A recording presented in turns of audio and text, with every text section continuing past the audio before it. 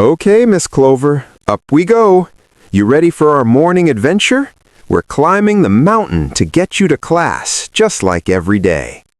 33-year-old Sterling Vale's voice was steady and warm as he carefully lifted 4-year-old Clover Ashton from her wheelchair at the bottom of the school's 3 flights of stairs, cradling her small body with practiced gentleness. The old building had been scheduled for elevator installation for 2 years, but budget cuts kept pushing back the timeline. So every morning, Sterling, the school janitor, carried Clover up 63 steps to her preschool classroom, and every afternoon he carried her back down. "Are your arms tired, Mr. Sterling?" Clover asked, her small hand resting trustingly on his shoulder as they began the climb. "Never too tired for you, sweetheart. Besides, carrying you is the best part of my day. You tell me stories about butterflies and rainbows, and that makes everything better." What Sterling never told Clover, what he'd kept carefully hidden, was that his own daughter would have been exactly her age had she survived.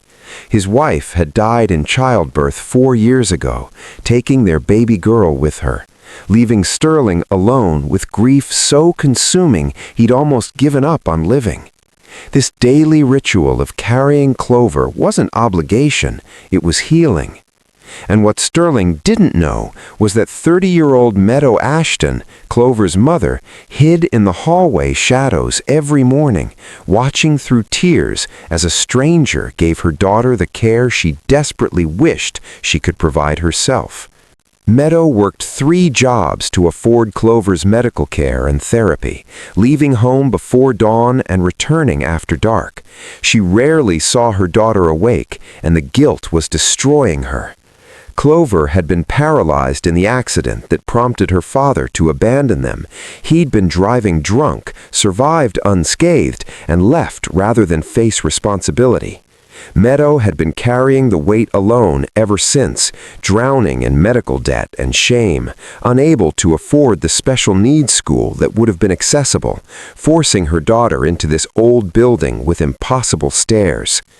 Every morning, Meadow rushed to work feeling like a failure, watching a janitor provide the physical care she couldn't be present to offer. She'd tried thanking Sterling once, but pride and exhaustion made words impossible. So she just watched from the shadows, witnessing kindness she felt she didn't deserve, falling apart silently where no one could see. What changed everything was the morning Meadow, exhausted from a double shift, slipped on the icy school steps and twisted her ankle badly. She tried to hide it, tried to limp away, but Sterling had just arrived with Clover and saw her fall. "Ma'am, you're hurt. Let me help you inside." "I'm fine," Meadow insisted, though tears streamed down her face. "I have to get to work. I can't afford to miss—" "Mama?" Clover's voice cut through Meadow's panic. "Mama, is that you?" The recognition in her daughter's voice shattered Meadow's carefully maintained composure. She realized Clover hadn't seen her face in weeks. She was always gone before Clover woke, home after she slept. Her own daughter barely recognized her voice. "Oh, baby, yes, it's Mama," Meadow sobbed, limping toward the wheelchair. "I'm so sorry I'm never here. I'm so sorry you have to rely on strangers." "Mr. Sterling's not a stranger," Clover said seriously. "He's my friend. He carries me every day and tells me about his daughter in heaven and says I remind him of her. He's nice, Mama. Don't be sad." Meadow looked at Sterling with new understanding, seeing past the janitor's uniform to the grief he carried. "Your daughter?" "Would have been Clover's age," Sterling said quietly. "I lost her and my wife 4 years ago. Carrying Clover every day, it's not a burden, Mrs. Ashton. It's a gift. She reminds me why I kept living when I wanted to give up." The raw honesty broke through Meadow's shame. "I'm a terrible mother. I work constantly and I'm never here, and you're doing what I should be doing." "You're working 3 jobs to keep your daughter alive," Sterling interrupted gently. "I've seen the medical bills in the office when I clean. I know what therapies cost. You're not failing her. You're sacrificing everything for her. That's love, even when she can't see you do it." What Sterling did next, what he'd been planning but hadn't known how to offer, changed everything. "I have an idea, if you'd trust me. The school's basement apartment, where the old custodian lived, it's been empty for 2 years. I have keys. It's small, but it's free housing if someone's maintaining the building. I could talk to the principal about you and Clover moving in if you'd be willing to help with some evening cleaning after your day job. It would put you in the same building as Clover, let you see her between work shifts." Meadow stared, unable to process that a stranger would help her this substantially. "Why would you do this for us?" "Because carrying Clover up those stairs every day taught me something I'd forgotten. That love survives loss. That helping someone else's child can heal your own broken heart. That we're all just trying to survive, and sometimes the kindest thing we can do is lighten each other's burdens." Sterling's eyes were bright with emotion.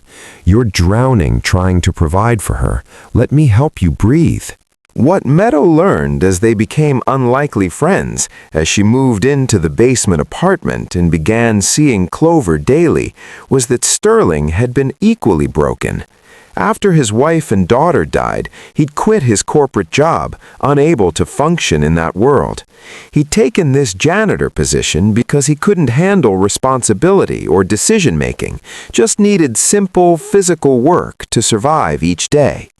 Then Clover arrived, needing someone to carry her, and Sterling found purpose in that daily climb. Each step up those stairs was a choice to keep living, to serve someone who needed him, to turn his grief into something that helped rather than destroyed. 6 months after Meadow moved in, the school finally installed the elevator. Everyone celebrated accessibility, but when Clover saw it, she cried. "But Mr. Sterling won't carry me anymore. I'll miss our morning adventures." Sterling knelt beside her wheelchair, his own eyes damp. "I'll still walk with you every morning, Clover. Just because there's an elevator doesn't mean we can't still climb those stairs together sometimes. You riding on my back, telling me about butterflies and rainbows. Our adventures don't end just because things get easier."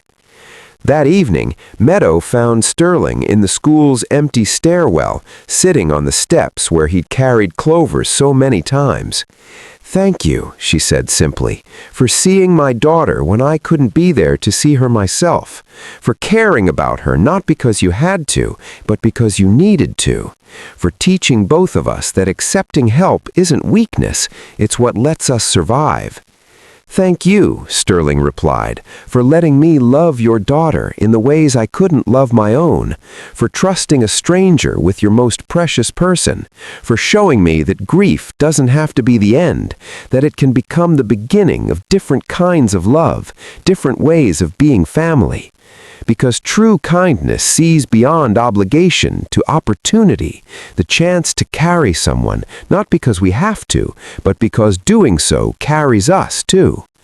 Every step up those stairs was Sterling choosing hope over despair, connection over isolation, service over self-pity.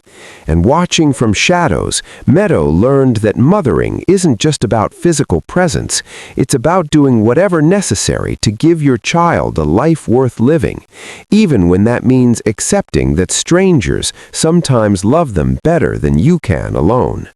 We save each other through small daily acts, 63 stairs climbed, one step at a time, one child carried, one broken heart slowly mended through the simple choice to show up, to help, to keep climbing, despite the weight we each bear.